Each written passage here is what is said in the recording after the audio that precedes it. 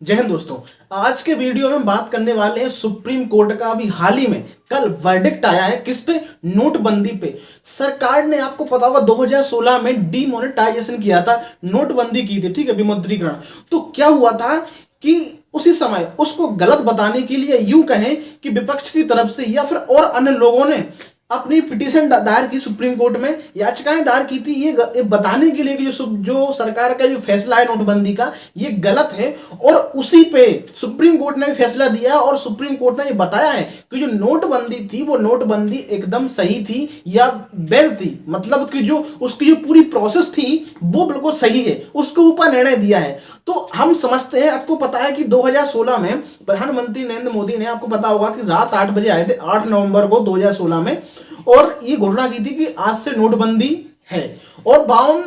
जो है कि नोट नहीं चलेंगे, 500 और 1000 के नोट बंद कर दिए थे। और ये बताया था कि आप जो है आपको 52 दिन का टाइम मिला था, ठीक है, आप दिसंबर महीने तक, 31 दिसंबर तक आप उसको बैंक में जमा कर सकते हैं और आपको बाद में फिर नए नोट मिलेंगे। तो वो एक फैसला था सरकार का कि उसमें आपकी जो नोटबंदी की गई थी, ठीक है, और नए नोट चालू किए गए थे। तो अब यहाँ पर बात यह है कि उस जो जो सरकार का जो निर्णय था उसको गलत बताने के लिए, या फिर वो निर्णय गलत था, या जो सरकार ने वो सही से निर्णय नहीं लिया था, ये जो फैसला था आरबीआई का होना चाहिए था, या आरबीआई के साथ ठीक से कंसल्टेंस करना चाहिए था, आरबीआई के साथ ठीक से परामर्श करना था, उसके बाद ये निर्णय लेना था। लेकिन विपक्ष का ये आरोप था कि जो गवर्नमेंट है उसने आरबीआई के साथ ठीक से परामर्श नहीं किया है और ये निर्णय खुद ही लिया है। तो वो जो निर्णय लेने की जो प्रोसेस थी, गवर्नमेंट ने जो निर्णय लिया नोटबंदी का, वो प्रोसेस गलत थी, ऐसा विपक्ष का मानना था। जो याचिकाकर्ता थे उन लोगों ने अपनी ऐसी पिटीशन दी है, ठीक है। तो जब सुप्रीम कोर्ट का फैसला आया तो सुप्रीम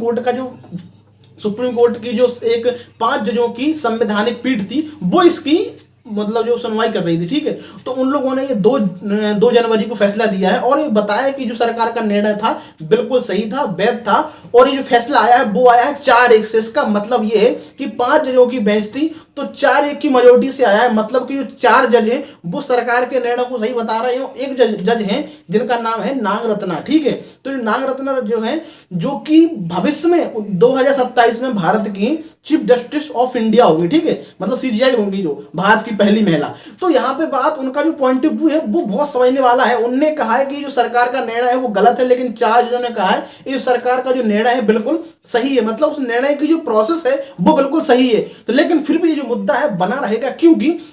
अभी भी भले ही सुप्रीम कोर्ट ने निर्णय दिया है कि सही है, सरकार ने जो किया था वो सही है, लेकिन फिर भी क्योंकि एक जज ने इसका जो है गलत बताया सरकार के निर्णय को, तो कहीं ना कहीं विपक्ष को या फिर लोगों को जो उस मुद्दे को जीवित रखना चाहते हैं वो उस मुद्दे को लेके रहेंगे, तो वो एक अलग मैटर है। अब उनकी बात इसलिए इंपॉर्टेंट है क्योंकि वो 2027 में सब ठीक रहा तो उस 2027 में सीनियरिटी के हिसाब से वो 2027 में भारत की मुख्य न्यायाधीश होंगी, चीफ जस्टिस ऑफ इंडिया होंगी, जिनका नाम है जस्टिस नागरत्ना। इस जो पूरी संवैधानिक पीठ थी इसकी जो अध्यक्षता कर रहे थे वो कर रहे थे जस्टिस नजीर, जो कि अभी 2-3 दिन में क्या होना, रिटायर्ड होने वाले, तो उनको अपने रिटायरमेंट से पहले फैसला देना ही था। तो अभी ये फैसला आया है। अब यहाँ पे ध्यान देने वाली बात ये है कि जो फैसला है, ये फैसला सरकार ने किन कारणों से ये लागू की नोटबंदी और किन उद्देश्यों को लेकर की, कि हम किन लक्ष्य थे, सरकार के कौन से लक्ष्य थे कि जिनको पाने के लिए नोटबंदी की गई थी, हम इन लक्ष्यों को पा लेंगे। उस लक्ष्यों के अनुसार या जो सरकार के उद्देश्य थे उनसे इस जो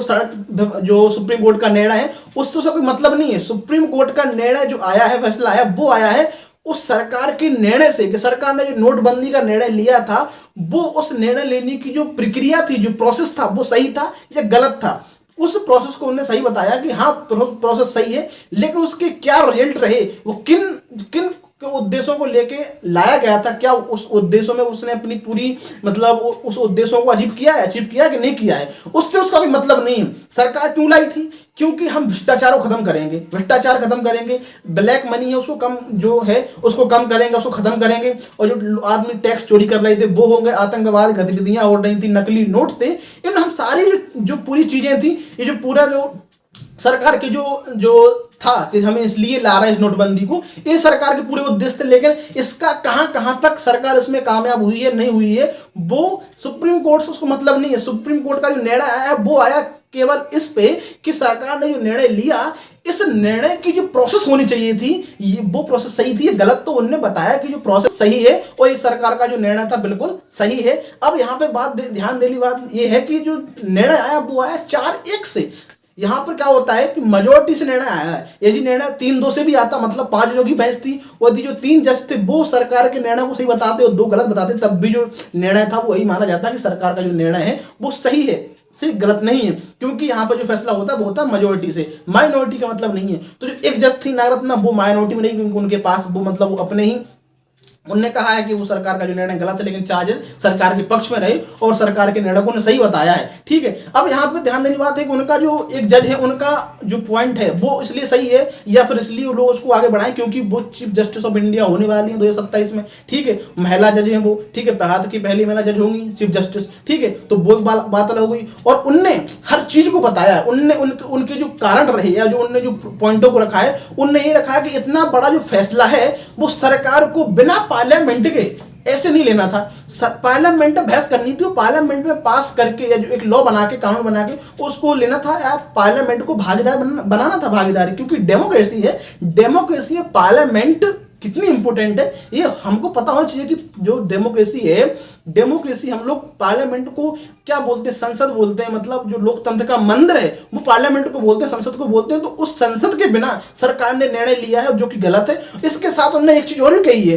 कि ये जो निर्णय है वो आरबीआई की सहमति से और इसकी जो पहल है, ठीक है, वो जो इनिशिएटिव वो सबसे पहले आरबीआई को लेना था कि आरबीआई को ऐसा लगता है कि नोटबंदी होनी चाहिए तो आरबीआई को फैसला लेती, लेकिन यहाँ पे उल्टा दिखा कि सरकार ऐसा चाहती है। वो निर्णय दे रही है तो उन्होंने ऐसा कहा है कि सरकार ऐसा चाहती है इसलिए आरबीआई ने ऐसा किया है, जबकि आरबीआई से पहले ऐसा होना चाहिए था। तो उनका ये मतलब है कि ये जो कहीं ना कहीं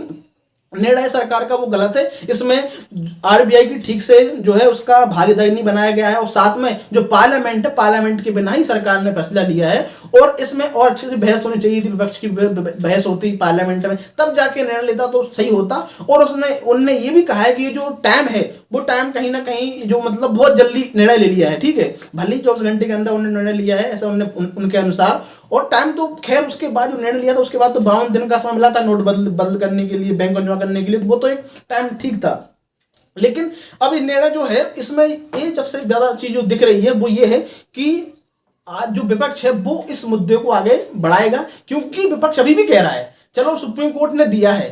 कि निर्णय सही है, मान लेते हैं निर्णय सही है। निर्णय कौन सही है? जो उसकी प्रोसेस थी वो मान लो ठीक है, सही मान लेते हैं कि हाँ गवर्नमेंट ने जो निर्णय है वो सही किया, उसका प्रोसीजर पूरा फॉलो किया है, ठीक है। लेकिन सरकार ने जिन उद्देश्यों को लेकर ये निर्णय लिया था, जिन बोला था कि हम इन लक्ष्यों को प्राप्त करेंगे, हम इन चीजों को मिटाना है, भ्रष्टाचार को खत्म करना है, जो काली बाजारी है, काला धन है उसको भी खत्म करेंगे, टैक्स आज चोरी कर रहे हैं वो करेंगे, जो मार्केट में नकली नोट है उसको भी बंद करेंगे, जिससे आतंकवाद भ्रष्टाचार और बढ़ रहा है उसको कम करेंगे। लेकिन क्या वो इस सारी चीजों से जो है वो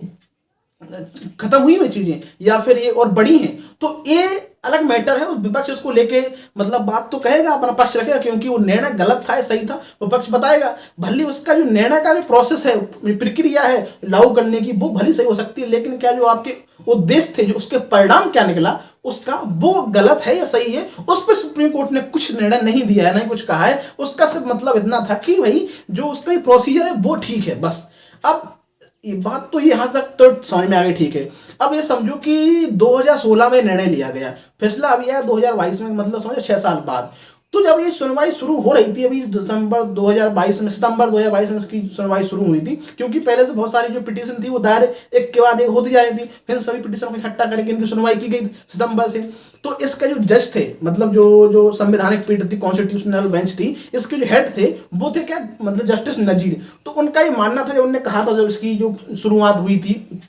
इस फैसले की, तो उन्होंने कहा था कि यार अब जितना समय निकल गया है और हम लोग अब इस पे बहस या क्यों मतलब कर रहे हैं। तभी संकेत ऐसा आ गया था कि इसका मतलब नहीं है कुछ करने का, और ये जो निर्णय है वो एक प्रकार से सरकार के पक्ष में जाएगा, क्योंकि अब जो पूरा जो प्रोसेस हो गया है, 6 साल निकल गए हैं और सब ऐसा एक प्रकार से सामान्य स्थिति हो गई है, नोटबंदी हो गई है, और इस पूरे को चेंज तो करना बहुत बहुत मुश्किल है। मतलब कैसे, मतलब ऐसा, मतलब बहुत मुश्किल है, ऐसा नहीं करना चाहिए, वो कर भी नहीं सकते कोई, ऐसा क्यों ऐसा करेगा। तो वो तो ठीक है, लेकिन ये तो होना था। लेकिन ऐसा नहीं पता था कि भाई ये जो निर्णय आएगा 4-1 से आएगा, क्योंकि उसमें भी एक जज इस निर्णय को, इस जो निर्णय था सुप्रीम कोर्ट का, उससे असहमत रही और उन्होंने अपना पक्ष रखा है और सरकार के निर्णय को गलत बताया है। तो कहीं ना कहीं जो निर्णय है वो विपक्ष लेके चलेगा और उसको उठाएगा। तो ये जो निर्णय है, अब इसके सरकार कहां तक इसमें कामयाब रही है, भ्रष्टाचार में हो या फिर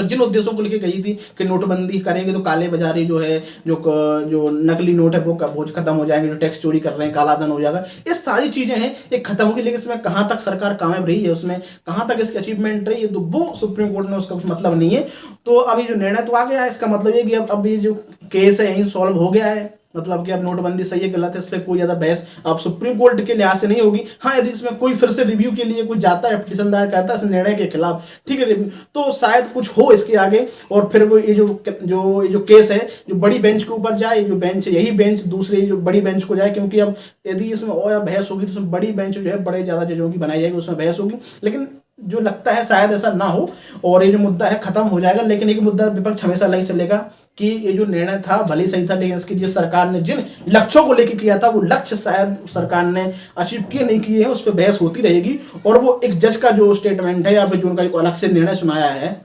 जस्टिस नागरत्ना ने, उस निर्णय को लेकर चलेंगे कि एक जज तो है जिसने बताया कि नहीं निर्णय गलत था, उसको लेकर चलेंगे। आप लोग इसके बारे में क्या सोचते हैं कि नोटबंदी सही थी गलत थी, उस नोटबंदी से क्या नुकसान हुए क्या फायदा हुए, उसके बारे में आप समझते हैं, और सुप्रीम कोर्ट का निर्णय आया है इससे आपको क्या लगता है, आप इसके बारे में क्या सोचते हैं, तो कमेंट बॉक्स में प्लीज बताइएगा कमेंट बॉक्स में, और अपना कमेंट करके कि भाई आप लोग क्या लगता है। और ये जो इन्फॉर्मेशन है ये जो निर्णय आया है, और यदि मैंने अच्छे से बताया एक्सप्लेन किया है तो आपको कैसा लगा इसके बारे में आप मतलब कमेंट करिए, और वीडियो को लाइक कीजिए, शेयर कीजिए अच्छा लगा हो, और साथ में चैनल को सब्सक्राइब कर लिए ताकि जब भी हमारा कोई नया वीडियो आए इन्फॉर्मेटिव ऐसी न्यूज़ जो कि करंट में क्या चल रहा है, सिनेरियो है कौन सा है, तो उसको आप तक वो न्यूज़ पहुंचे, आप तक वो वीडियो पहुंचे, तो उसके लिए आप सब्सक्राइब कर लिए, साथ में नोटिफिकेशन जो क्या बोलते हैं जो बेल आइकन है उसको भी दबा दें ताकि जब भी हमारा जो वीडियो नया आता है तो आप तक उसकी नोटिफिकेशन पहुंच जाए। दोस्तों जय हिंद, धन्यवाद, थैंक यू।